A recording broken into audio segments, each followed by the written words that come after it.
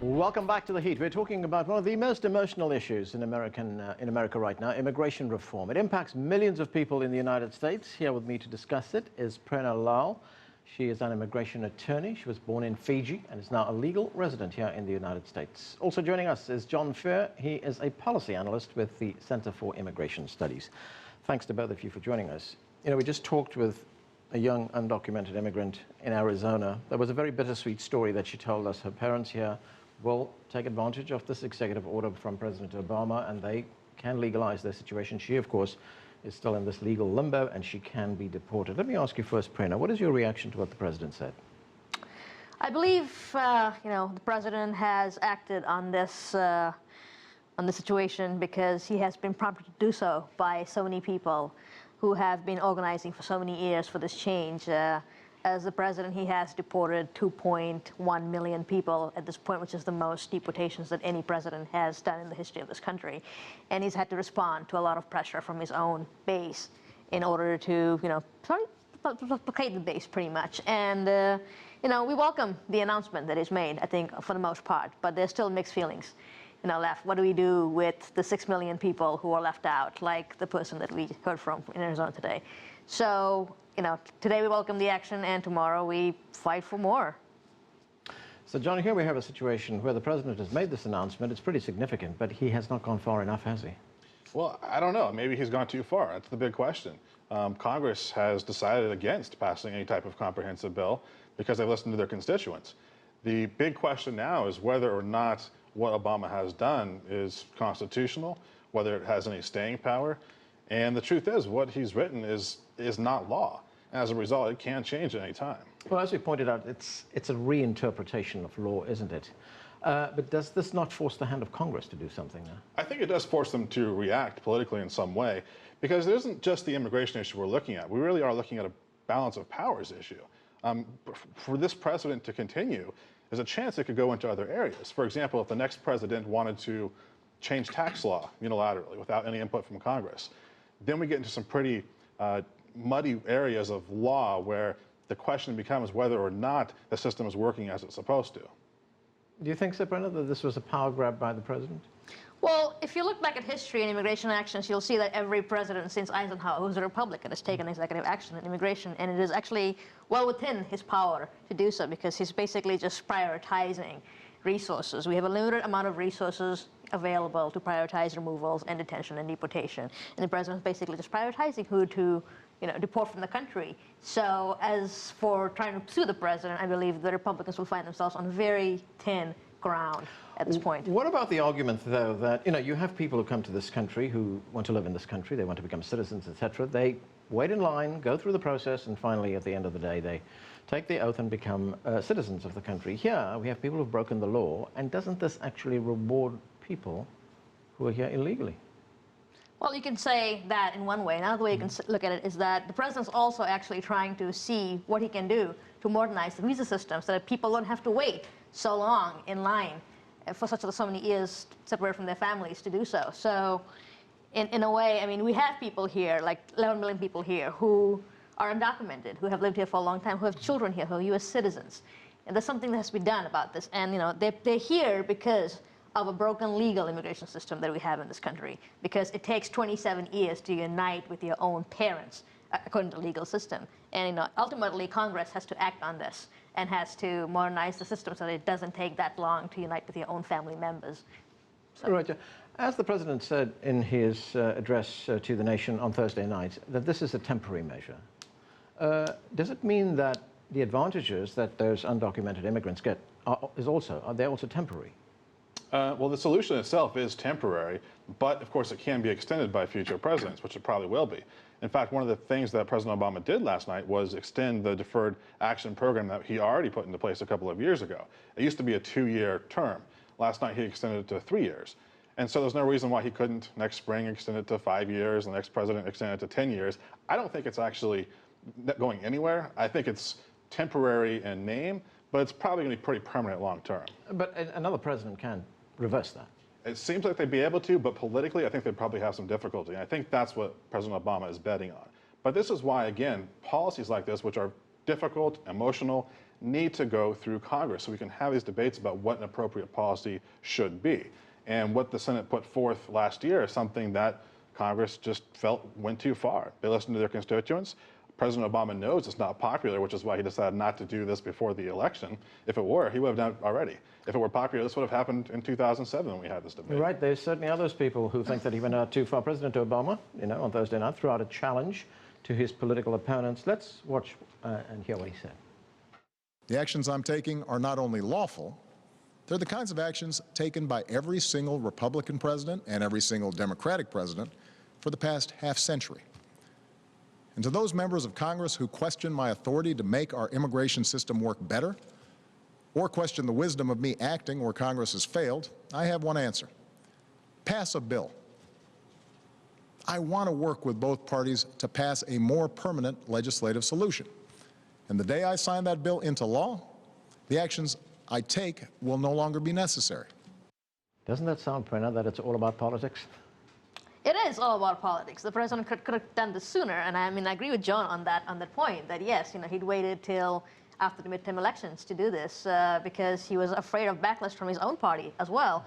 If you look at the polls right now, though, the latest polls on this is that the vast majority of American people actually support this action. So, I mean, and the president is also on, like good legal ground in doing so. So, yes, it is political. At the same time, it is necessary for the livelihoods of so many people. Right, they do support the action, but they want more strings attached for people to become legal, don't they? It's unclear. I mean, I can't really speak to the whole thing. I mean, they support the action, definitely. They also want permanent solutions. I mean, the American people want a permanent solution. They want it from Congress as well. But they support action on this matter. I think for too long, we've had an immigration system that's archaic, that's too old, that doesn't serve the interests of the vast majority of the American people. And they want action, whether it's from Congress or from the president. But ultimately, we do want action from Congress as well. Right. And John, what are the practical steps that people will have to take now to, I guess, legalize their status? Well, that's up to President Obama to decide. He has his guidelines that he's issued, but they can change. They will change, I'm sure. And some of the stuff that he's issued actually says within it that he's calling upon USCIS, the immigration services, to come up with different processes. So we don't really know exactly what it will entail. But I do want to respond to President Obama's point about how if Congress were to pass a law that his executive orders would disappear. That's not the case. I mean, if Congress were to pass something that doesn't match his plans word for word, there's no evidence that he's going to get rid of his policies. What he's basically doing is saying, this is what the law is going to be. You better pass a bill in Congress to match it. That's not the way our system works. And when you took a look at this issue from the public perspective, there's a couple of ways of looking at it. The immigration angle, yes, but also the way in which it happened. And there was an NBC poll that just came out yesterday that found that only about 38% of Americans supported the idea of a president acting unilaterally on this alone. I think it is such a convoluted and messy and emotional issue that it's important that we have a lot of hearings, we have a lot of debate, and that's what Congress is for. Now, the people who will come out of the shadows right now, they will go and register, they will get the right kind of paperwork. What do they get in return for that? They will get to work in the country, I presume? They will get work permits, they will get Social Security accounts, they'll probably get a number of state-level benefits, like driver's licenses, for example. They will not be able to get health benefits, though, as far as I understand it. Perhaps. We'll see how it unfolds. Okay. Prerna, you've worked in this particular field for a very long time. Does this differ from what became known as the DREAM Act, which enables young people to stay in the United States if they go through certain steps and achieve certain qualifications? Well, this action is, it's based on the bill called the DREAM Act. The DREAM Act was a bill that has languished in Congress for years and has not been passed fully as a bill. It basically says that if you are brought here before the age of 16 and you have gone to college, graduated high school, and below the age of 30, and basically have no criminal record and so on and so forth, you can get a green card basically. Obviously, this action, the president cannot grant green cards to people. This is very temporary. So in that respect, it does differ from the DREAM Act. In the sense that people are not getting green cards from this. They're just getting a temporary reprieve from being deported. So it does differ. And those criteria are determined by Congress, isn't it? Not the president. The criteria to get a green card, to become a citizen, etc. Right, exactly. The president cannot just issue green cards, and that is not what he's doing here. There's another argument, John, that we're hearing from opponents of what the president did, and that is this will encourage people to come here illegally, just stay here, do whatever they want to. At some point, they will probably realize, oh, you know what, we're going to be made legal. Yeah, I mean, every time President Bush opened his mouth about amnesty back in 2006 and 2007, the Border Patrol reported influxes in people coming across the border. They've been reporting that now. The Central American refugees that we saw coming across the border recently said that they were hearing reports in the U.S. media as well as Central American media that the president was expanding his deferred action program. What they heard necessarily wasn't necessarily true with the way the law worked, but people do respond to messaging. And so if the United States is sending the message that, look, you can take the time and the effort and the money to apply and wait your turn and come here legally, or you can go ahead and come in illegally and we'll still give you a work permit and a Social Security account, people are going to respond to that message. And I would think it'd be kind of silly for people not to try to come here illegally. Is that the case, Prerna, that people will think that way? I mean, we talk often about illegal immigrants coming from Central America, coming from South America, but I mean, there are illegal immigrants from all over the world that come to the United States. I mean, this is true. The people who have overstayed the visa system because, like I said before, the legal immigration system doesn't work for them. When it takes you 20 or so years to unite with your family members who are here, you can't possibly wait in your country of origin. It just doesn't work. We have a broken legal immigration system that Congress has to fix. And I also believe that immigration is the biggest form of flattery as well. Like if people want to come here, we're doing something good, and we should actually encourage that. So while it may encourage more migration, I don't see it as a bad thing because immigrants are a net benefit to this country. And John, President Obama did talk about that last night. He talked about the enriching role that immigrants play in this country, that the United States is a nation of immigrants. It is, and no one's saying that immigration is a bad thing, but obviously there have to be some limits and some controls, which is what Congress has put into effect every single time it's debated immigration. For example, right now we have to ask the question, do we have so many jobs that are going unfilled that we need to bring in more foreign labor from overseas, whether it's high-skilled or low-skilled labor? I think the answer to that is no. We have tens of millions of people in this country, legal immigrants and U.S. citizens of all educational backgrounds who are without jobs right now. And that's why you see a large part of this movement being pushed by some of the cheap labor lobby, the big business types, who they don't want to raise wages in order to attract Americans to the jobs that they're offering. Instead, they'd rather call upon Congress to give them people who are willing to work for a little bit less. That's a big part of this discussion. Okay, Prerna, I've got 30 seconds, very quickly. How big an issue is this going to be in the 2016 presidential election? I think it's going to be a huge issue because this is what Democrats will use to rally people to come out to vote, to make sure that this is not taken away.